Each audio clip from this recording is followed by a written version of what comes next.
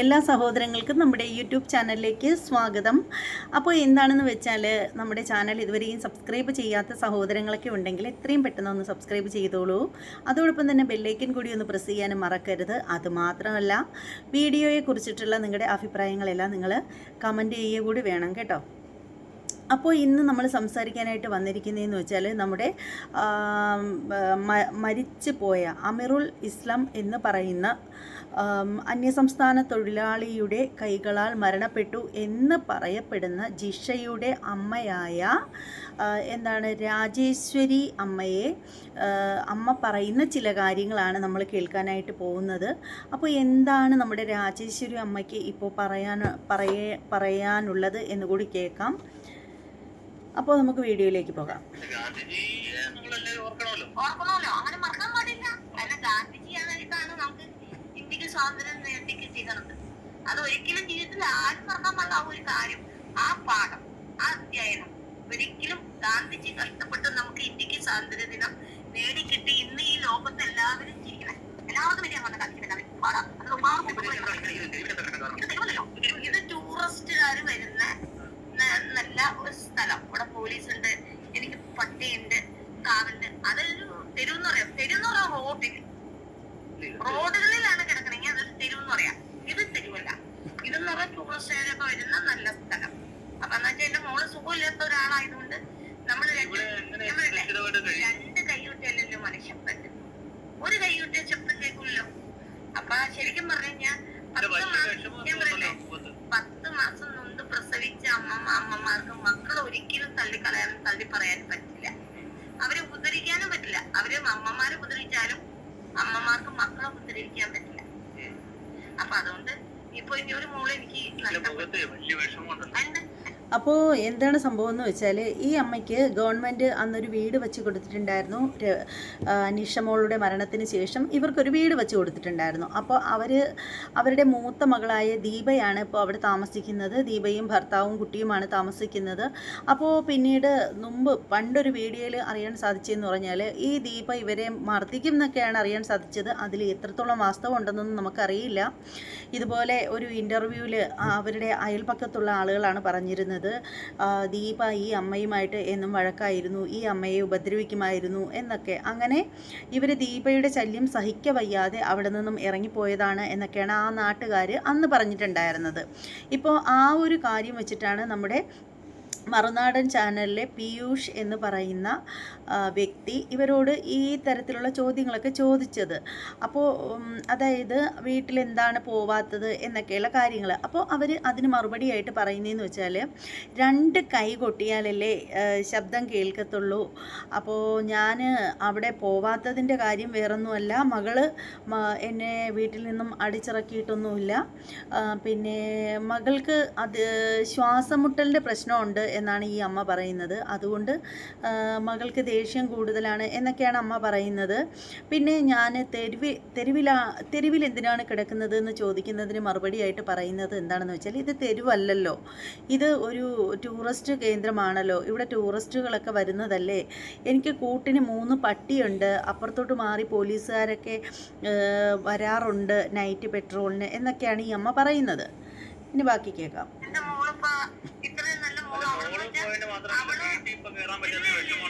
അങ്ങനെയല്ല എന്റെ വിഷമം എന്റെ മോളെ മാത്രം ഓർത്താം. കാരണം ഈ 2 മക്കളെ ഒരുപാട് കഷ്ടപ്പെടാൻ വളർത്തി. പിന്നെ അച്ഛനില്ല, 2 സഹോദരങ്ങൾ, 3 പേരുണ്ടായിരുന്നു. ഒരാൾ അമ്മയായിട്ട് വഴക്കുണ്ടാക്കി അമ്മയുടെ ചേച്ചിയുടെ വീട്ടിൽ പോയി. പിന്നെ ഞാനായിരുന്നു മൂത്തത്. അവരെയൊക്കെ വളർത്താൻ വേണ്ടിയിട്ട് ഞാൻ ഒരുപാട് കഷ്ടപ്പെട്ടിട്ടുണ്ട്. എന്റെ അമ്മ 13 വയസ്സിൽ തുടങ്ങി പണിക്കൊണ്ടിരുന്ന കെട്ടറ പണി, പാടത്തെ പണി, അതുപോലെ വെല്ലിപ്പണി. 2 ആണുങ്ങളും കൂടി തുളത്ത് തടി കിട്ടിയ റീസലും മത്സ്യം കൊണ്ട് തട്ട പലകാണെന്ന് മുറിച്ച് വരുമ്പോ നമ്മളത് കേജ് വെച്ച് അളക്കുക, അട്ടിയിടുക, അരക്കപ്പൊടി തരിക, വിറക് മാറ്റുക. ഒരു മില്ല് ഒരുപാട് തൂറോളം പണികളുണ്ട് പാടത്ത്. അതുപോലെ പാടത്ത് ഞാൻ കൊയ്യ, സർവത്ര പണികളും കത്താനും മോട്ടിക്കാനും അന്യ പുരുഷന്മാരുടെ അടുത്ത് പോയി ഇന്ന് വരെയും കിടന്നുള്ള ഒരു ചീത്ത സ്വഭാവത്തിന് പോയി 10 വയസ്സമയം 2 മക്കൾക്ക് അവയില് ചോറ് കൊടുത്തിട്ടില്ല. ഒത്തിരി കഷ്ടപ്പെട്ട എന്നുവെച്ചാൽ എന്നെ പോലും ഓർക്കാൻ എനിക്ക് സമയവും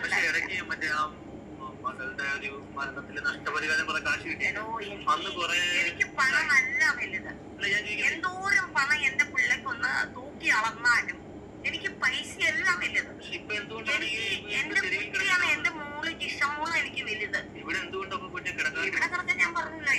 ഇല്ല, കയ്യിൽ ഒരു പൈസ പോലും എന്റെ നഷ്ടപ്പെട്ടില്ല. എന്റെ നഷ്ടപ്പെട്ടെന്ന് പറയാൻ കാരണം ഈ കാശ് ആരൊക്കെ പിരിച്ചോ, എവിടെ വെച്ച് പിരിച്ചോ, എന്റെ കൊച്ചു മരിച്ചിട്ട് ഞാൻ കാശ് പിരിക്കാൻ പാത്രം കൊണ്ടൊന്നും പോയിട്ടില്ല.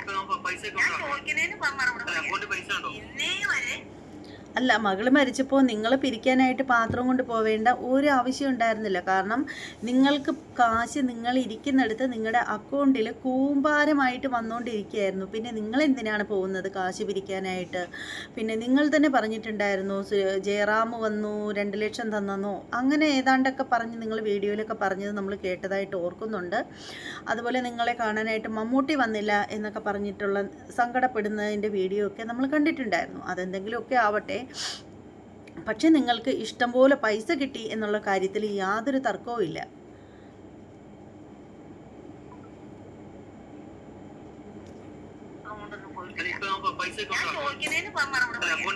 ഇന്നേ വരെ ഈ കൊച്ചു മരിച്ചിട്ട് കൊച്ചിന്റെ പേരിൽ ഞാൻ ഒരാളോട് കാശ് വെച്ചിട്ടില്ല. ഞാൻ ആ കാശിന് വേണ്ടി ഒരു സ്ഥലത്ത് പോയിട്ടുമില്ല. പിന്നെ ഇപ്പൊ ഞാൻ ചോദിച്ചു പിടിക്കാന്ന് വെച്ച് കഴിഞ്ഞാൽ, ഇവിടെ ഞാൻ നിങ്ങളൊക്കെ കേൾക്കുന്ന പോലെ തന്നെ എന്റെ മോള് മരിച്ചിട്ട് 3-4 തലമുറകൾക്ക് ഇവിടെ കോടികൾ വന്നു എന്ന് ഞാനും കേൾക്കുന്നുണ്ട്. ആ പൈസ എങ്ങനെ ഇരിക്കുന്ന പോലും ഞാനൊന്ന് തൊട്ട് നോക്കിയിട്ട് പോലുമില്ല. അക്കൗണ്ടിൽ പൈസ ഉണ്ടോന്ന് വെച്ചാൽ എന്റെ അക്കൗണ്ടിൽ ഇപ്പൊ പൈസ ഇല്ല. അത് വെച്ചാൽ എനിക്കറിയില്ല. ആളുകൾ ഇട്ടിട്ടുണ്ടെങ്കിൽ ഉണ്ടാവും, ആളുകൾ ഇടാത്ത പൈസ ഉണ്ടാവില്ലല്ലോ. ഇല്ലില്ല, ആ പൈസ ആരാണ് ഈ കുറെ പൈസ ഗോൾഡ് എന്ന് പറയുന്ന എന്തോരം ഗോൾഡ് മേടിച്ചു? ഒരു 2 താഴെ. അവർ പറയുന്നത് കോടികൾ വന്നിട്ടുണ്ടായിരുന്നെന്നാണ് പറയുന്നത്. പക്ഷേ അവരുടെ കൈ കൊണ്ട് അവർ ആ ഒരു പൈസയിൽ തൊട്ടിട്ടില്ലെന്നാണ് പറയുന്നത്. അപ്പോൾ പൈസ എങ്ങോട്ട് പോയി? അക്കൗണ്ടിലുണ്ടോ? അക്കൗണ്ടിലും ഇല്ല. ഇപ്പോൾ രാജേശ്വരി അമ്മയ്ക്ക് മറവി ഉണ്ടോ എന്നൊന്നും അറിയില്ല. നമ്മൾ വീഡിയോകളിലൊക്കെയാണ് കണ്ടത് സംഭവങ്ങൾ. അപ്പോൾ ആ ഒരു സമയത്ത് നമുക്ക് യൂട്യൂബ് ചാനലും കാര്യങ്ങളൊന്നും ഉണ്ടായിരുന്നില്ല. അപ്പോൾ നമ്മൾ ഇങ്ങനെ ഈ ഒരു വീഡിയോ, ഈ ഒരു സംഭവങ്ങളൊക്കെ എന്തായി എന്നറിയാൻ വേണ്ടിയിട്ട് നമ്മളിങ്ങനെ വീഡിയോ കാണുമായിരുന്നു. അപ്പോൾ ആ ഒരു സമയത്ത് ഇവർക്ക് സിനിമ പിടിക്കണമെന്ന് പറഞ്ഞിട്ട് ഭയങ്കര മോഹം ഉണ്ടായിരുന്നു. അങ്ങനെ പ്രൊഡ്യൂസർമാരും ഒക്കെ ആയിട്ട് സിനിമ പിടിക്കണമെന്നും ആ ഒരു സിനിമയിൽ ഇവർക്ക് തന്നെ ജിഷമോളുടെ അമ്മയുടെ ഭാഗം അഭിനയിക്കണം എന്നും, എനിക്കല്ലേ എൻ്റെ മോളുമായിട്ട് ബന്ധപ്പെടുന്ന കാര്യങ്ങളൊക്കെ കൂടുതൽ അറിയാൻ പറ്റൂ, അതുകൊണ്ട് ഞാൻ തന്നെ അതിൽ അഭിനയിക്കണം എന്നൊക്കെ പറഞ്ഞിട്ട് ഇവർ പറയുന്നത് കേട്ടിട്ടുണ്ടായിരുന്നു.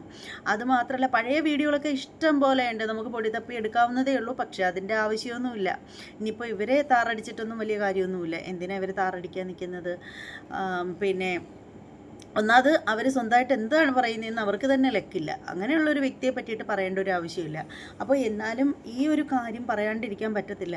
അപ്പോൾ ഇവർ തന്നെ പറഞ്ഞിട്ടുണ്ടായിരുന്നു, ഇവരുടെ മകൾ മരിച്ചിട്ട് മറ്റുള്ള ഏതൊക്കെയോ നടീനടന്മാരൊക്കെ വന്നു, പക്ഷേ മമ്മൂട്ടി ഒരു അഡ്വക്കേറ്റായിട്ട് മമ്മൂട്ടി പോലും വന്നിട്ടില്ല എന്നൊക്കെ പറഞ്ഞിട്ട് ഇവർ പരാതി പറയുന്നുണ്ടായിരുന്നു. എന്നിട്ട് മരിച്ചുപോയ ജിഷമോളുടെ ആ ഒരു കാര്യങ്ങളൊക്കെ എടുത്തിട്ട് ഒരു സ്റ്റോറി ആക്കിയിട്ട് ഒരു സിനിമയാക്കണമെന്നും അതിൽ ജിഷയുടെ അമ്മയുടെ ഭാഗം ഇവർക്ക് തന്നെ അഭിനയിക്കണമെന്നും മമ്മൂട്ടിയെയും കൊണ്ടുവരണം സിനിമയിലേക്ക് എന്നൊക്കെ പറഞ്ഞിട്ട് ഇവർ പറയുന്ന വീഡിയോകൾ നമ്മൾ ഒരുപാട് കണ്ടിട്ടുള്ളതാണ്. ഇവരെ ഇൻ്റർവ്യൂ ചെയ്തത് നമ്മൾ കണ്ടിട്ടുള്ളതാണ്. അതുമാത്രമല്ല, ഒരു ബാഗും കഴുത്തിലിട്ടുകൊണ്ട് ഇങ്ങനെ പോകുന്ന ഇവർ പലർക്കും പൈസകൾ ടിപ്പായിട്ട് കൊടുക്കുന്നതിൻ്റെ പോലും വീഡിയോകൾ നമ്മൾ കണ്ടിട്ടുള്ളതാണ്.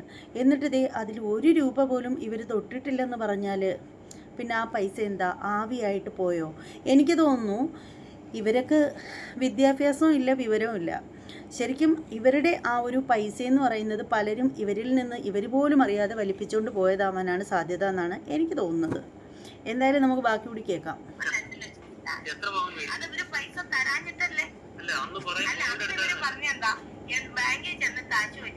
ചേച്ചി, നിങ്ങൾ എന്ത് വേണമെങ്കിലും മേടിച്ചോ. ഒരു ബാങ്ക് മാനേജർ പറയാൻ പാടാത്ത കാര്യം അത് പറയാൻ പാടുണ്ടോ? എനിക്ക് ജനങ്ങൾ ജീവിക്കാൻ തന്ന പൈസ, ഞാൻ പൈസ ചോദിച്ചപ്പോ എന്നോട് വന്ന് പൈസ ആയിട്ട് തരൂല. അന്ന് ബാങ്ക് മാനേജർ പറഞ്ഞ കാര്യം ഇങ്ങനെ തന്നെയാ, പൈസ ആയിട്ട് ഞങ്ങൾക്ക് തരാൻ പറ്റില്ല, ചേച്ചിക്ക് എന്ത് വേണമെങ്കിലും മേടിച്ചു. അപ്പൊ കുറെ നാളാ, എനിക്കറിയില്ല, കുറെ ദിവസങ്ങൾ ഞാൻ കുറെ നാളും നടന്നു പൈസ കിട്ടാൻ. കാരണം എനിക്ക് 102 ഡിഗ്രി പനിയും 700 ഷുഗറും കൂടിയപ്പോ ആശുപത്രി ബില്ലടക്കാൻ പൈസ ഇല്ലാഞ്ഞിട്ടാണ് ഞാൻ പൈസ ചോദിക്കാൻ ആദ്യം ബാങ്കിൽ പോയത്. എന്നുവെച്ചാൽ ഈ പൈസയൊക്കെ മേടിക്കാനും ചോദിക്കാനും ഒക്കെ പോകുമ്പോഴും 3-4 കൊല്ലം വരെ എന്റെ കൂടെ വനിതാ പോലീസ് പല സ്റ്റേഷനിലും എനിക്ക് പ്രൊട്ടക്ഷൻ ഉണ്ടായിരുന്നു. അപ്പൊ എനിക്ക് ഏത് കാലാവധിയിൽ എനിക്ക് പൈസ തന്നിട്ടുണ്ടായിരുന്നു, കിട്ടിയിട്ടുണ്ടായിരുന്നു. ഞങ്ങൾ എത്ര പ്രാവശ്യം പൈസ ചോദിച്ചു പോയിട്ടുണ്ടായിരുന്നു. ആ ടൈമിലൊന്നും ഞങ്ങൾക്ക് കാശ് കിട്ടിയിട്ടില്ല എന്നുള്ള തെളിവുകളും രേഖകളും ഒക്കെ ഉണ്ട്. എന്നുവെച്ചാൽ പോലീസുകാർ കൂടെ ഉണ്ട്. ഞാൻ അവിടെ പോയാലും എനിക്ക് ഇടം വരെ 2 പോലീസുകാരുണ്ടാവാം. പാവം, ഇവരെ പറ്റിക്കാൻ വളരെ എളുപ്പമാണ്. കാര്യം എന്താണെന്ന് വെച്ചാൽ അവർ തന്നെ പറയുന്നില്ലേ, അവരിവിടെ പോയാലും അവർക്കൊപ്പം പോകാനായിട്ട് ഇടവും വലവും പോലീസുകാരുണ്ടായിരുന്നു. അതുകൊണ്ട് ഇവർക്ക് പൈസ കിട്ടിയില്ല എന്നുള്ളതിന് തെളിവുകൾ 2 പോലീസുകാർ തന്നെ ഉണ്ടെന്നാണ് ഇവർ പറയുന്നത്. അത് എൻ്റെ പൊന്നമ്മച്ചി, അതൊക്കെ ഏത് സ്റ്റേഷനിലാണ് ഇപ്പോൾ ആ ഒരു ഓഫീസർമാരിപ്പോൾ ആ ഒരു പോലീസുകാരികൾ ഏത് സ്റ്റേഷനിലാണ് ഇപ്പോൾ വർക്ക് ചെയ്യുന്നതെന്ന് പോലും നമുക്കറിയില്ല. ഈ പറയുന്ന പോലീസുകാരികളെ നിന്ന് കണ്ടുപിടിച്ച് അവരുടനെ നിങ്ങൾക്ക് പൈസ കിട്ടിയില്ല എന്നൊന്നും നിങ്ങൾക്ക് സാക്ഷി പറയുമെന്നൊന്നും നിങ്ങൾ ചിന്തിക്കണ്ട. അതൊന്നും ഒരിക്കലും നടക്കുന്ന കാര്യമല്ല. എന്താ പറയുക, ഇപ്പൊ കുറച്ചു കാലമാണ് പോലീസ് അപ്പൊ അങ്ങനെയുള്ള അല്ല ഈ പൈസ തീർന്നപ്പോഴാണോ ഈ തെരുവിലേക്ക് വരേണ്ടി വന്നത്? അല്ലല്ല, അല്ലെങ്കിലും അല്ലെങ്കിൽ എനിക്ക് ഞാൻ തെരുവിലല്ല. നമുക്ക് ദൈവം ഈ ലോകത്ത് അതൊരിക്കലും പണ്ടുമില്ല ഇപ്പോഴും ആ ഒരു ചിന്ത എനിക്കില്ല.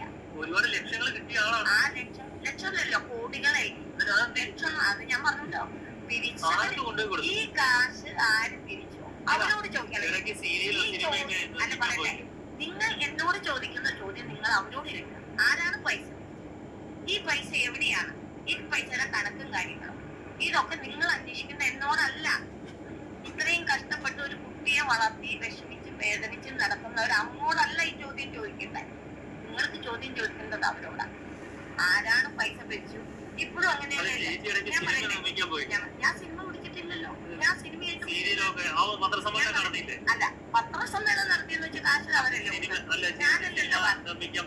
ഞാൻ പറയുന്ന പത്രസമ്മേളനം നടത്തിയെങ്കിലും ഞാൻ ഒരു കാരണവശാലും സിനിമയായിട്ട് സിനിമ പിടിച്ചിട്ടില്ല. അല്ല, ആ കാശിനല്ലല്ലോ ഞാൻ ഇത് ചെയ്തത്. ആ കാശിനല്ലല്ലോ. അത് ശരിക്കും പറഞ്ഞ സിനിമയും അല്ല. കാരണം പറഞ്ഞാൽ എന്റെ ഭർത്താവും എന്റെ കുട്ടികളെ എങ്ങനെയാ നോക്കുന്നത്, എന്താണ് ഞങ്ങൾക്ക് ചെലവിനെ കൊണ്ടുവന്ന് തരുന്നത്, ഞങ്ങൾ എന്ത് ഭക്ഷണമാണ് കഴിക്കുന്നത്, ഇവരെന്താ കൊണ്ടുവന്ന് തന്നെ ഞങ്ങൾ ജീവിപ്പിക്കുന്നത്. പിന്നെ കൊച്ചു മരിച്ച സമയത്ത് രാത്രി, അന്ന് ഞാൻ കൊച്ചു മരിച്ചിട്ടുണ്ടെന്നൊന്നും എനിക്കറിയില്ല. കൊച്ചിന്റെ ബോഡി കൊണ്ടുവന്നതിന് ശേഷമാണ് കൊച്ചു മരിച്ചെന്ന് പോലും ഞാൻ അറിയുന്നത്. കൊച്ചിന് അന്ന് എന്താ പറ്റിയതെന്ന് പോലും ഈ വക്കീലന്മാരോടും പോലീസുകാരോടും കേസ് അന്വേഷണങ്ങൾ നടത്തിയവരോടും 100 വട്ടം ഞാൻ ചോദിച്ചിട്ടുണ്ട്. അന്നേരം അവർ ആരും പറഞ്ഞില്ല കൊച്ചിന് ഇന്നത് പറ്റിയിട്ടുണ്ട്. ഈ 8-9 കൊല്ലത്തിന് ശേഷം 2 വർഷം ആയോണ്ട് ഞാൻ എന്റെ കൊച്ചിനെ പറ്റിയ സംഭവങ്ങളൊക്കെ കുറച്ച്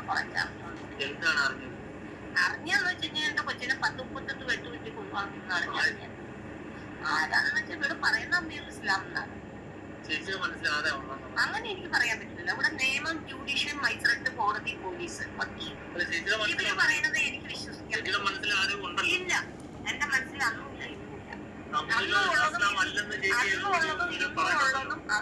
ഇന്നുള്ളതും എന്റെ ജിഷമോളാണ് എന്റെ മനസ്സിൽ. ഞാൻ പറയണം എന്താന്ന് വെച്ച് കഴിഞ്ഞാൽ എനിക്ക് ഇത്രയും നല്ലൊരു കൊച്ചാ വലുത്. എന്റെ കൊച്ചിനെ എന്നെയോ വെച്ച് തൂക്കി അളന്ന ഒരു പണം ആർക്കും തൂക്കി അളക്കാൻ പറ്റില്ല. ആ അങ്ങനെ ഒരു പണം അളന്ന് എനിക്ക് വേണ്ടി ആരും എനിക്ക് ജീവിക്കാൻ അങ്ങനെ ഒരു പണം ഞങ്ങൾക്ക് വേണ്ട. പക്ഷെ പണം വേണം ജീവിക്കാൻ. അതും പാവപ്പെട്ടവരെ വെച്ച് ജനങ്ങളിൽ നിന്നും തിരിച്ചുണ്ടാക്കിയ പണം. ഒരു ഉദ്യോഗസ്ഥന്മാരെ, മേലുദ്യോഗസ്ഥന്റെയോ സർക്കാരിന്റെയോ ആരും പണമല്ല, ജനങ്ങളുടെ പണം. ഒരു നേരത്തെ ഈ ലോകത്തെ ഏറ്റവും വലുത് നമുക്ക് മനുഷ്യന് വിശപ്പാണ്, അല്ലെ? ആരും നമ്മൾ കെട്ടിപ്പുണ്ടാക്കാനോ സമ്പാദിക്കും. ഇപ്പോഴുള്ള ആൾക്കാർ ഓടി നടന്ന് ശരീരം അനങ്ങാണ്ട് പണിയെടുക്കാണ്ട് പണമൊക്കെ ഉണ്ടാക്കാണ്ട് പല തരത്തിൽ. എനിക്ക് അങ്ങനത്തെ കാശിന്റെ ആവശ്യമില്ല. എനിക്ക് അന്നും ഇന്നും വേലെടുത്ത് നല്ലോണം അധ്വാനിച്ചുണ്ടാക്കി തിന്നുന്ന കാശ് മതി. എനിക്ക് അങ്ങനെയുള്ള കാശ് കൊണ്ട് ആധാരം കഴിക്കാം. എന്റെ ഇഷ്ടമാണ്. പണ്ട് ഞാൻ അങ്ങനെ തന്നെയാണ്. ഹോസ്പിറ്റലിലാണ് പെരുമ്പാവൂർ ലക്ഷ്മി ഹോസ്പിറ്റലിൽ വന്നൊരു ഡോക്ടർ അവരവിടെയായിരുന്നു. പെരുമ്പാവൂർ സ്ഥലം മേടിച്ച ഹോസ്പിറ്റലൊക്കെ പറഞ്ഞത് വലിയ 3-4 നില വലിയ ഓപ്പറേഷൻ, ഡെലിവറി, അങ്ങനെ എല്ലാ കേസുകളും അറ്റൻഡ് ചെയ്യുന്ന ഒരു ഹോസ്പിറ്റലാണ് ഞാൻ 16 വർഷം ജോലി ചെയ്തത്. പിന്നെ പെരുമ്പാവൂർ വാക്യത്തിൽ 5 കൊല്ലം ജോലി ചെയ്തിട്ടുണ്ട്. നിങ്ങൾക്ക് അന്വേഷിക്കാം. അങ്ങനെയൊക്കെ വേലെടുത്താണ് എന്റെ മക്കളെ വളർത്തുന്നത്. കാരണം കെട്ടിന് കിട്ടിയ കെട്ടിന് നല്ല ജോലിയൊക്കെ ചെയ്യും, പക്ഷെ കെട്ടിന് കിട്ടിയ കുടുംബത്തിൽ കൊണ്ടുതരില്ല. ഇപ്പൊ എനിക്ക് എന്ത് പ്രശ്നമുള്ളൂ? എനിക്കിപ്പോ എന്റെ മോളുടെ പ്രാണനോടൊപ്പം എനിക്ക് നിൽക്കാം. അതല്ല ചേച്ചി ഇങ്ങനെ വഴിയിൽ ഇങ്ങനെ ഞാൻ പറയട്ടെ, എനിക്ക് എന്റെ വീട്ടിൽ കിടന്നറിയാം എന്റെ മോളുടെ പ്രാണം പുറത്തായിരിക്കും. ഞാൻ എന്റെ വീട്ടില് അകത്തായിരിക്കും. ഇപ്പൊ തന്നെ ഞാൻ വീടിന് പുറത്തായതുകൊണ്ട് എന്റെ മോളുടെ പ്രാണൻ എവിടെയുണ്ടോ അത് എന്റെ കൂടെ ഉണ്ടാവും. എനിക്ക് ഉറപ്പുണ്ട്. എന്റെ മോളും ഞാനും അങ്ങനെയാ ജീവിച്ച. എന്റെ മോൾക്ക് എന്നെയും പിരിക്കാൻ പറ്റില്ല, എനിക്ക് എന്റെ മോളെയും പിരിക്കാൻ പറ്റില്ല. എപ്പോഴും എന്റെ മോള് പറയും, നമ്മളെ ജീവിപ്പിക്കാത്തവരാരെയും ജീവിപ്പിക്കുന്നത് അമ്മച്ചീന്നാണ് എന്റെ മോള് പറഞ്ഞേക്കുന്നത്. വരുമാനം ചില സമയത്ത് ഇന്നലെ മിനിയാനൊക്കെ വിറ്റിട്ട് തീർന്നില്ല. 100 വെട്ടി ഇട്ടാപ്പൊട്ടി എടുത്ത 240 രൂപയായിരുന്നു നേരത്തെ. അപ്പൊ അത് 250 രൂപയായി. അപ്പൊ അത് വിറ്റിട്ട് വേണം എനിക്ക്. ഇത് വിറ്റൊക്കെയാണ് ഞാനൊരു ചായ കുടിക്കുന്നത്, ചോറുണ്ണാൻ പറ്റും. അപ്പോൾ ഇവർ ഇട്ടാപ്പൊട്ടി വിറ്റിട്ടാണ് ജീവിക്കുന്നതെന്നാണ് പറയുന്നത്. ഈ ഇട്ടാപ്പൊട്ടി എന്താണെന്ന് എനിക്ക് മനസ്സിലായിട്ടില്ല. ഇട്ടാപ്പൊട്ടി എന്താണെന്ന് നിങ്ങൾക്ക് ആർക്കെങ്കിലും മനസ്സിലായിട്ടുണ്ടെങ്കിൽ ഒന്ന് കമൻറ്റ് ചെയ്തേക്കണേ.